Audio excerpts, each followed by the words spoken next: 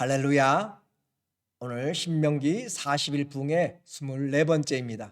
여러분을 진심으로 사랑하고 또 축복합니다. 하나님 말씀 보도록 하겠습니다. 신명기 21장 8절입니다. 여호와여, 주께서 속량하신 주의 백성 이스라엘을 사하시고 무죄한 피를 주의 백성 이스라엘 중에 머물러 두지 마옵소서 하면 그 피 흘린 죄가 사함을 받으리니 너는 이와 같이 여호와께서 보시기에 정직한 일을 행하여 무죄한 자의 피 흘린 죄를 너희 중에서 제할지니라. 아멘. 오늘은 죄와 싸움이라는 주제로 말씀을 같이 나누도록 하겠습니다. 성도는 세상을 살면서 그냥 사는 것이 아니라 영적인 전쟁을 하고 있습니다. 왜냐하면 이 세상의 임금 사단과 또 하늘의 공중 권세 잡은 자들, 악의 영들, 또 귀신들과의 영적인 전쟁이다라고 그렇게 이야기를 했어요.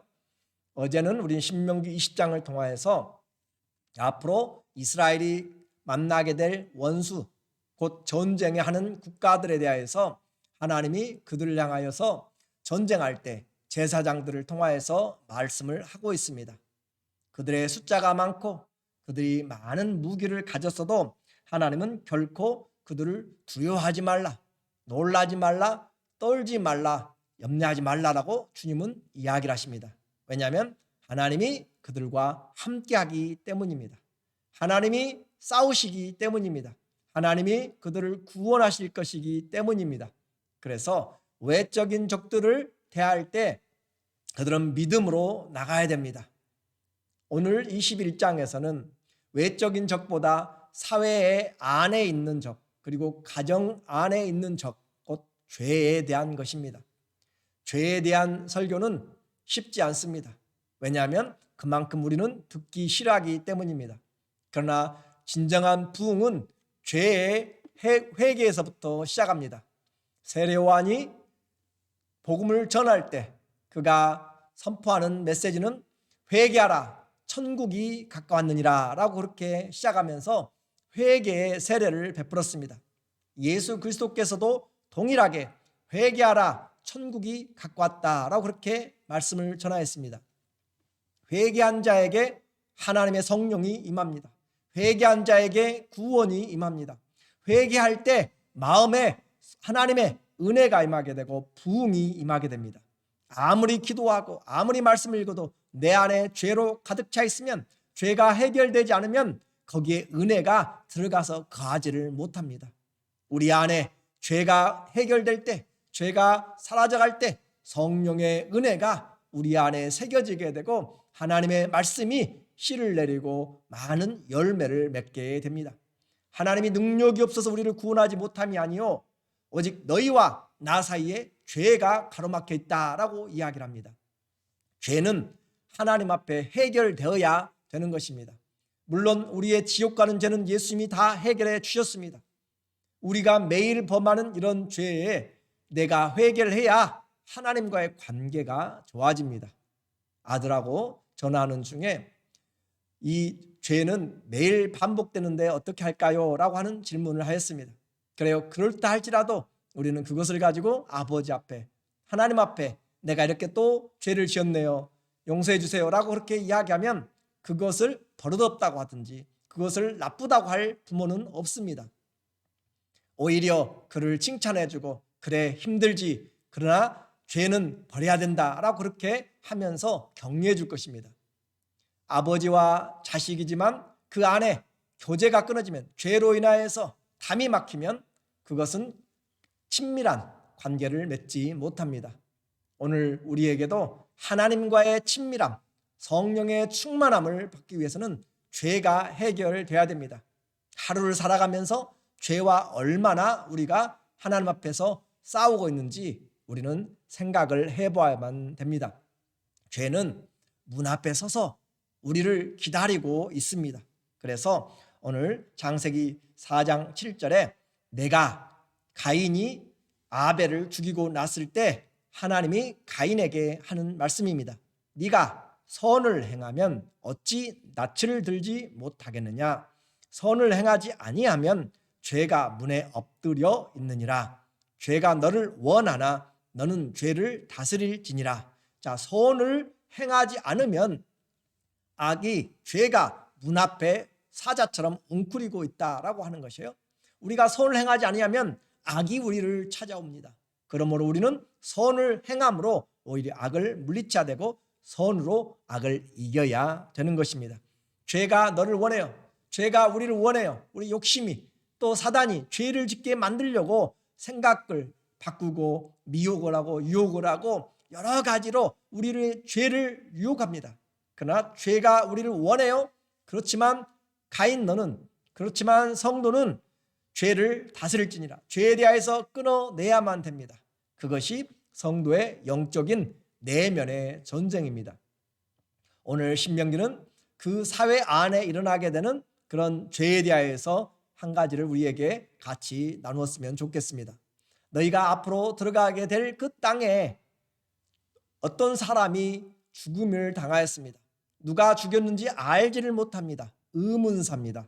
그 의문사에 대해서 이야기합니다. 1절에 내 하나님 여호와께서 내게 주어 차지하게 하신 땅에서 피살된 시체가 들에 엎드러진 것을 발견하고 그 쳐죽인 자가 누구인지 알지 못하거든. 누가 범인인지를 모르는데 이 죽음이 발견이 됐어요. 그러면 이스라엘 다른 나라 같으면 그것에 대해서 커다랗게 신경을 쓰지 않을 것입니다. 옛날 3500년 전의 이야기입니다. 그러나 오늘 이 성경은 너희가 갔을 때 믿는 자들 공동체 안에서도 이와 같은 죄들이 일어날 수 있음을 이야기를 합니다. 생명이 소중합니다. 그래서 이 생명을 향하여서 주님은 분명하게 이야기해요. 범인을 모를 때 어떻게 해야 되는가? 2절에 보니까 너희의 장로들과 재판장들은 나가서 그 피살된 곳의 사방에 있는 성읍의 원근을 잴 것이요. 이 사건 현장에서 제일 가까운 도시가 어딘가, 성읍이 어느 곳인가라고 관할 지역을 나눕니다. 그래서 책임 소재를 그 가까운 지역을 택하고 그 피살된 곳에서 제일 가까운 성읍의 장로들이 그 성읍에서 아직 부리지 아니하고 멍에를 매지 아니한 암소를 취하여서 한 번도 밭갈지 않은 그 산 골짜기 시냇물이 흐르는 곳에 가서 그 암송아지를 죽여라 라고 그렇게 이야기를 하고 있어요. 사람이 죄를 범하였는데 이 암송아지가 죽게 됩니다.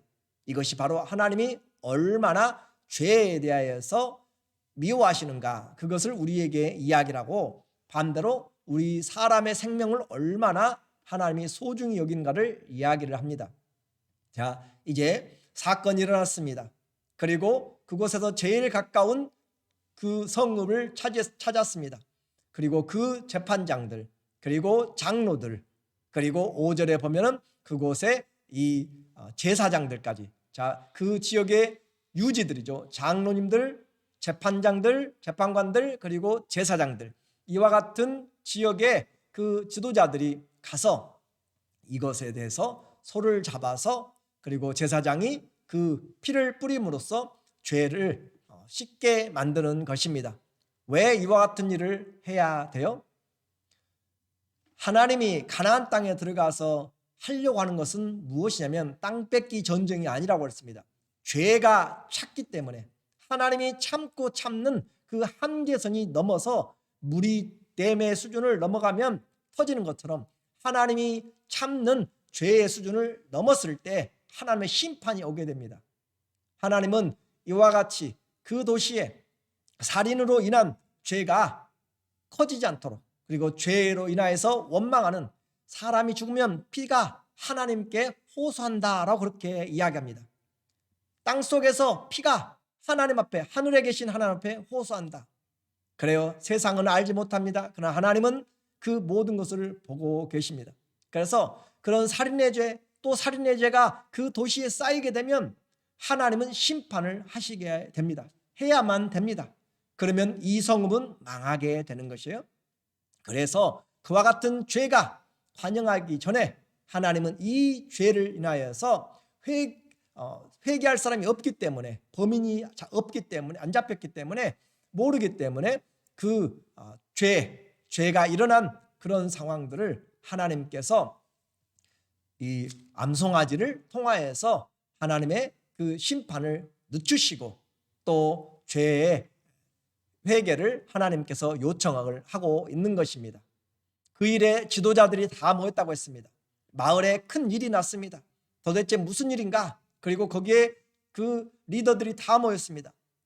사람들은 왜 이런 일이 났는지, 그리고 하나님은 왜 이렇게 지금 암송아지를 잡아서 갈지도 않고 한 번도 멍에 매보지 않는 이 암소를 잡아서 피를 흘림으로 죄를 속하게 하는가? 하나님이 그들을 얼마나 사랑하신가라고 하는 것을 말씀드렸죠. 살인죄가, 다른 죄가 관영하면 하나님의 심판이 임하기 때문에 하나님이 그들을 지금 막고 있다라고 이야기를 했습니다.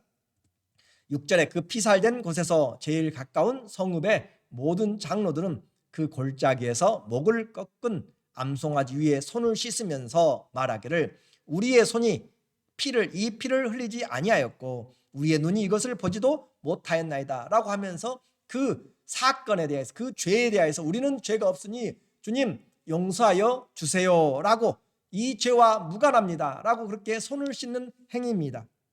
그리고 8절에 여호와여 주께서 속량하신 주의 백성 이스라엘을 사하시고 무죄한 피를 주의 백성 이스라엘 중에 머물러 두지 마옵소서 하면 그 피 흘린 자가 죄가 사함을 받으리니 너는 이와 같이 여호와께서 보시기에 정직한 일을 행하여 무죄한 자의 피 흘린 죄를 너희 중에서 제할지니라. 그렇게 함으로써 피가 하늘에 호소하는, 그리고 죄가 관영하는 것들을 하나님 앞에서 그들이 이 동물의 그 피를 통하여서 용서를 받게 되는 것입니다. 하나님의 법입니다. 히브리서 9장 22절에 율법을 따라 거의 모든 물건이 피로써 정결하게 되나니 피 흘림이 없은즉 사함이 없느니라. 이 한 번도 멍에를 매보지 아니한 소, 곧 예수 그리스도를 이야기합니다. 죄 없는 예수 그리스도가 우리의 그 죄가 관영하여서 커지는 그 심판을 주님이 다 담당하신 것을 우리에게 이야기합니다. 온 마을에 미해결된 살인사건 때 바로 그 지도자들, 그것을 모아서 이와 같은 그 죄를 사해주는 그런 속죄의 의식을 통하여 죄가 얼마나 무거운지, 그 죄가 얼마나 큰지, 그리고 피가 호소하는 것들을 그들은 보고 다시는 이 동네에서, 이 지역에서 이와 같은 죄가 일어나지 않도록 그들은 그 일들에 대해서 교육을 받게 됩니다. 죄의 속량에는 그냥 되지 않습니다. 반드시 피를 흘려야만 된다라고 그렇게 말했어요. 예수 그리스도의 그 오심은 바로 우리의 죄로 인하여서 하나님 앞에 심판이 다 되었는데 그것을 주님께서 담당하신 것이죠. 요한일서 2장 4절 죄를 짓는 자마다 불법을 행하나니, 살인죄만이 아니에요. 하나님 앞에서는 살인죄나 거짓죄나 도둑죄나 다 같아요. 물론 경중은 있죠. 그러나 작은 죄, 큰 죄 다 죄입니다. 죄의 싹은 사망이에요. 죄가 어떻게 돼요? 욕심이 잉태한 즉 죄를 낳고 죄가 장성하면 사망을 낳느니라. 우리의 생각에서부터 죄가 일어납니다. 그러므로 우리는 이와 같은 죄를 분명하게 하나님 앞에 생각에서부터 회개를 해야 되는 것이에요. 자, 죄를 지는 자마다 불법을 행하나니 죄는 불법이라. 크고 작은 것 모두가 다 죄입니다. 감옥에 가면은 각양의 죄들이 있습니다. 사형에부터 시작해서 또 무기징역, 또 몇 년씩 그렇게 각각 죄가 있습니다. 그러나 그 모든 것 다 죄라고 그렇게 표현한 것처럼 죄의 싹은 다 사망입니다. 그런데 우리의 그 심판을 주님이 대신 지기 위해서 예수님이 우리 죄를 없애려고 나타나신 것을 너희가 아나니 그에게는 죄가 없느니라. 암송아지가 한 번도 멍에를 매보지 않은 것처럼 주님께서 죄가 없는 그 성령으로 잉태하셔서 죄가 없는 주님이 우리의 죄를 위하여서 십자가에서 죽으심으로 하나님의 진노를 다 받으셨어요. 죄의 삭시 사망인데 예수님이 죽으심으로 하나님의 심판의 진노를 다 당하시고 주님께서 우리의 죄를 깨끗하게 해주신 것이 바로 십자가의 사건입니다. 이와 같은 하나님의 사랑을 우리는 받았어요. 이제 이와 같은 주님의 은혜가 우리에게 와 있는데 죄를 이기는 것은 다른 것이 없어요. 예수 그리스도의 피를 의지할 때 피가 우리의 죄를 속해 줍니다. 주의 말씀이 우리를 바른 길로 가게 만듭니다. 그래서 죄가 온 마을에 또 온 사회에 우리 가정에 미치는 것들을 없애기 위해서 우리는 주의 말씀을 쫓아가야 돼요. 시편 1편에도 보면은 복 있는 사람은 악인의 꾀를 좇지 아니하고 또 죄인의 길에 서지 않고 오만한 자의 자리에 앉지 아니하고 오직 여호와의 율법을 즐거워하여 주야로 그것을 묵상하는 자로다. 복 있는 사람은 악인의 꾀, 생각을 좇지 않습니다. 생각에서부터 죄가 나오는 것이에요. 그래서 생각에서부터 그리스도에게 순종하는 그리스도 안에서의 생각. 그래서 너희는 모든 생각을 사로잡아 그리스도에게 복종케 하라라고 그렇게 이야기합니다.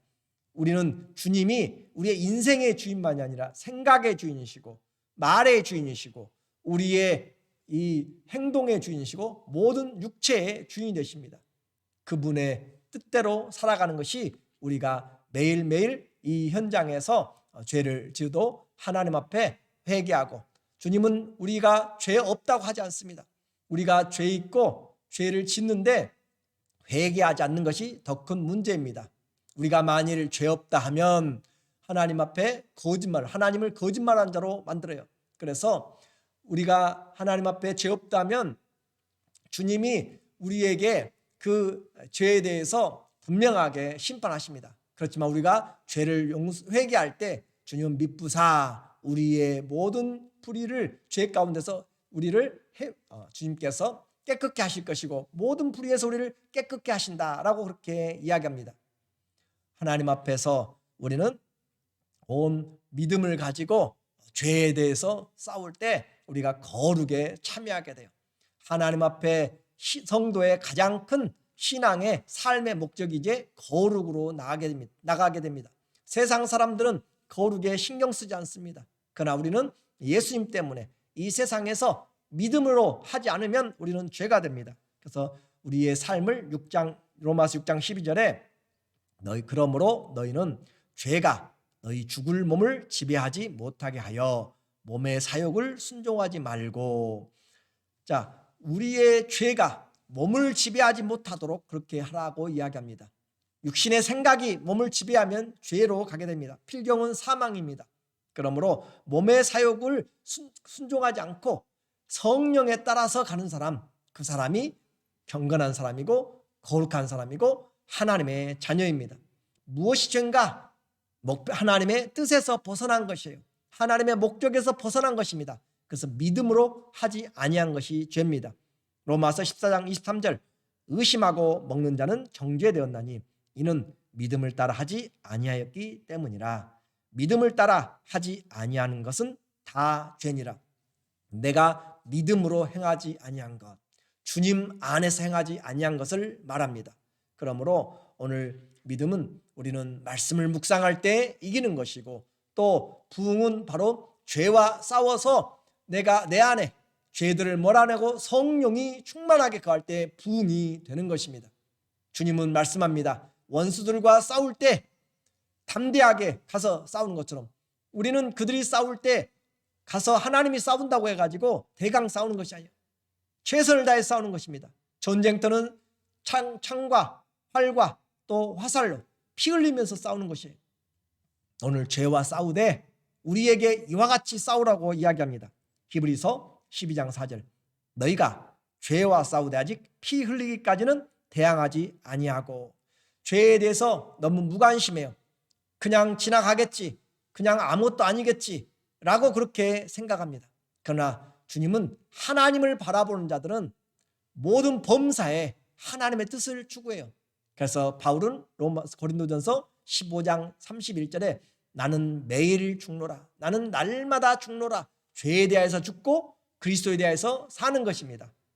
죄와 싸우되 피 흘리기까지 대항하지 않고, 얼마나 피 흘리기까지 싸워야, 자기를 부인해야, 전쟁터에서 적군과 싸울 때 피를 흘리면서 내가 자신을 보호해야 되는 것처럼 죄와 싸우되 정말 피 흘리는 그런 각오로 내가 결단을 해야 되고 끊어내야 되고, 나쁜 습관들을 그렇게 하나님께만 맡기는 것이 아니라 내가 끊어내려고 하는 그런 결단의 마음들, 피 흘리기까지 그와 같은 마음들이 있을 때 주님을 향하여서 성화로, 주님을 향하여서 주님 내 뜻대로 마시고 주님 뜻대로 살기를 원합니다 라고 그렇게 시작하면서 내 안에 주님의 성령의 역사가 일어나고 주의 말씀이 열매를 맺고 하나님의 능력이 나타나기 시작합니다.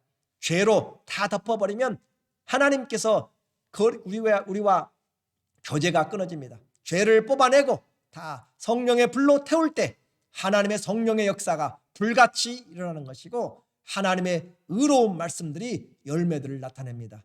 오늘 죄와 싸우되 피 흘리기까지 싸우자. 하나님의 부흥은 내 안에서부터 주님을 찾는 거룩한 그런 열정에서부터 시작합니다. 주님, 내 죄를 사하여 주세요. 주님, 알고 지은 죄, 모르고 지은 죄, 내가 내게 주어진 모든 것들에 대해서 감사하지 못했던 것들까지도 오늘 하나님 앞에 마땅히 구할 것을 알지 못할 때 성령님 도와주세요.